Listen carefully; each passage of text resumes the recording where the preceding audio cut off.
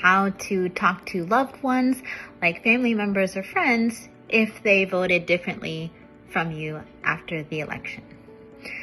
And this is only if you really have to or want to, just because I will say, honestly, tensions can still be high. There might be very heightened emotions surrounding the recent events of the election and the aftermath of everyone's feelings afterwards. But here are just some quick tips if you would like to try to navigate having conversations with people who voted for you differently a little bit better.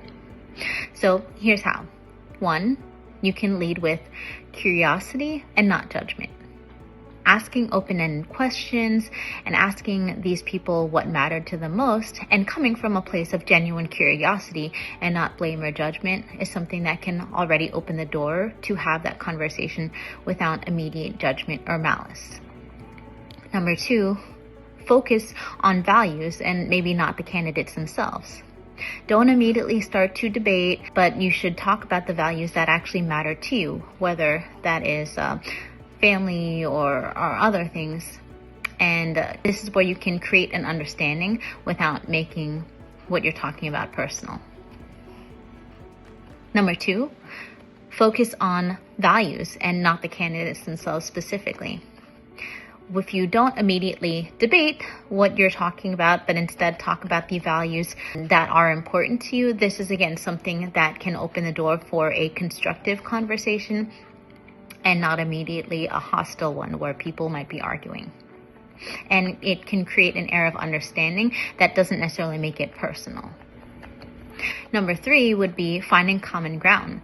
So looking for areas on what you might agree on, whether that's community, family, broader issues that you actually care about, and trying to steer the conversation in a more positive direction. And then I will say number 4, which is setting boundaries if you're finding that you're really needing to. I will say things like politics are always conversations that can potentially lead to heated discussions and arguments. So it's okay to say, ultimately, if you feel like you're getting upset, the other person's getting upset, to say, let's agree to disagree, let's take a break, and then stop from there. It's important that regardless of what's happening here, and again, this is if you're actually choosing to have this person in your life, maintaining boundaries, but also respecting each other and each other's perspective is key.